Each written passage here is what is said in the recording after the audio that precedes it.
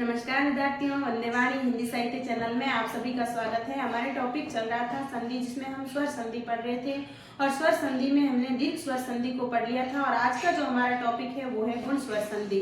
तो विद्यार्थियों, गुण स्वर संधि के बारे में हम आज पढ़ेंगे।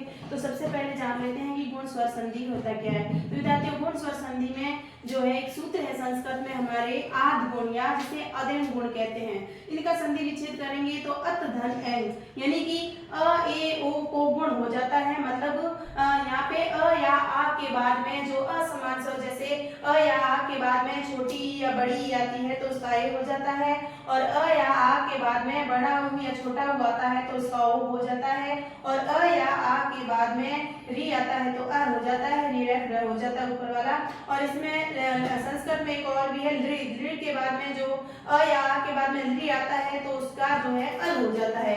ये हमारे हिंदी में नहीं है, ये संस्कृत में है, तो इसको हम नहीं पढ़ेंगे। हम सिर्फ हिंदी में जो यूज आ रहा है उनको ही पढ़ेंगे। इसमें क्या होता है कि प्रथम पद की अंतिम ध्वनि और द्वितीय पद की प्रथम ध्वनि जब आपस में मिलती है तब है जो है गुण संधि बनती है। यानी कि अ या आ के बाद में ई आता है तो ऐ हो जाता है, और उ आता है तो ओ हो जाता है, और री आता है तो अर हो जाता है। अब विद्यार्थियों, पहला नियम इसमें देखते हैं कि अ अथवा आ के बाद आगे ई यानी कि छोटी अथवा बड़ी ई आने पर ऐ हो जाता है। जैसे अ प्लस ई बराबर ऐ, यानी कि उदाहरण इसका देख लेते हैं। अत धन इति, अत धन इति यानी कि अतिथि। ये देखो अत, इसमें क्या है अ है और इसमें छोटी ई है, तो ये दोनों मिलके ऐ हो गया। हम जैसे बोलते हैं ना, इसको बोल के देखते हैं तो भी ऐ हो जाता है। जैसे अधन ऐ हम बोलते हैं अधन ई, तो इसको कोई है ना विद्यार्थी इसको ए बोलते हैं, लेकिन ये ए नहीं है।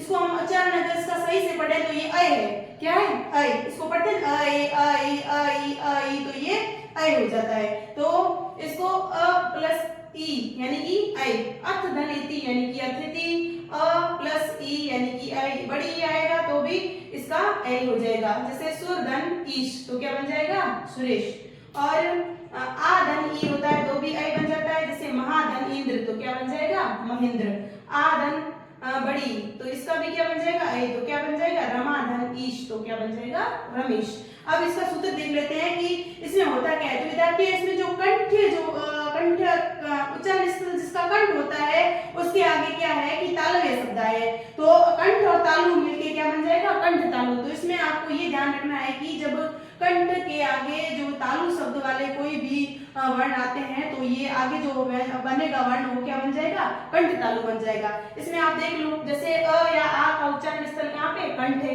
और ई का उच्चारण स्थल तालु है। अब इन दोनों को मिला दिया कंठ प्लस तालु तो क्या बन गया कंठ तालु। तो अब हमें पता है कि हमने बताया था आपको कि एदे तो कंठ तालु, मतलब ए और ऐ का उच्चारण स्थल कहाँ पे है कंठ और तालु से। और अकुह विसर्ग नामक कंठ आ का उच्चारण स्थल कंठ है, इचु यसन तालु ई और ज वर्ग पूरे का जो उच्चारण स्थल है वो तालु से।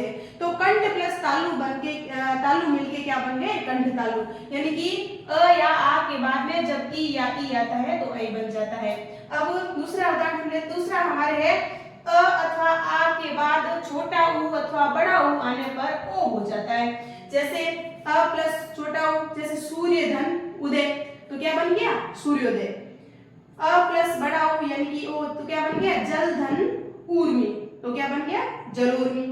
अब आ प्लस उ, इसका उदाहरण देखते हैं। महाधन उत्सव तो क्या बन गया महोत्सव। यहाँ पे आ प्लस बड़ा उ तो क्या बन गया गंगा प्लस ऊर्मी तो बन गया गंगोर्मी।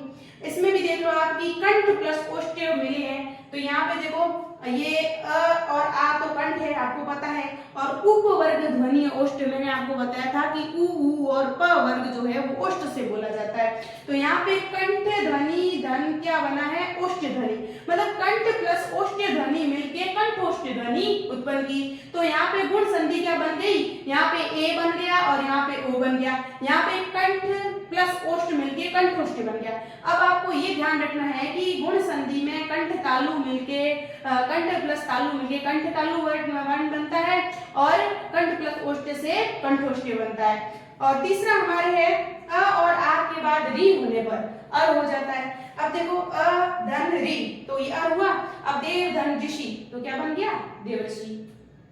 आ धन री अर, इसमें क्या बन गया महाधन ऋषि, तो क्या बन गया महर्षि। ये ऊपर आ गया रेफर यहाँ पे ऊपर आ गया महर्षि में भी और देवर्षि में भी। अब अव्यश्री अर, तो क्या बन गया तव धन ऋण, तो तवर्ण बन गया। दिव्य धन ऋषि, तो दिव्य ऋषि बन गया।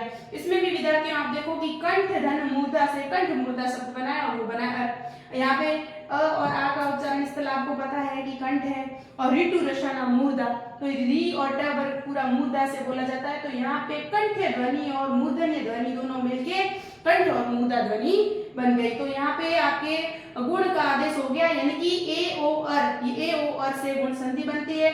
और एक और संस्कृत में आपके हैं जिसमें ली मैंने बताया था आपको, वो भी यहाँ पे हमारे हिंदी में तो नहीं है लेकिन एक बार इसके बारे में भी जान लेते हैं। इसमें क्या होता है कंठ और दंत ध्वनि, यहाँ पे अ और आ तो हमें पता है कि कंठ है और ली नृत्य लसाना दंत हमें पता है कि ल ली और द वर्ग पूरा दंत से बोला जाता है। तो अ और आ के बाद में ली आता है तो इसका अल बन जाता है और ये संधि संस्कृत में होती है, हिंदी में हमारे ए ओ अर, गुण में हमारे ए ओ अर ही है। तो विद्यार्थियों गुण संधि के बारे में हमने आज जान लिया है और इसके खूब सारे उदाहरण हैं जो आपको कोई भी व्याकरण की बुक में मिल जाएंगे और आप अगर चाहते हो तो हम और भी लिखा सकते हैं, लेकिन हमें इन उदाहरणों से समझ में आ जाता है क्योंकि ये इसका गुण संधि जो है वो बहुत ही सरल और एकदम से समझ में आ जाने वाली है। तो आज के लिए इतना ही विद्यार्थियों, कल की क्लास में हम प्रतिस्वर संधि के बारे में पढ़ेंगे। धन्यवाद।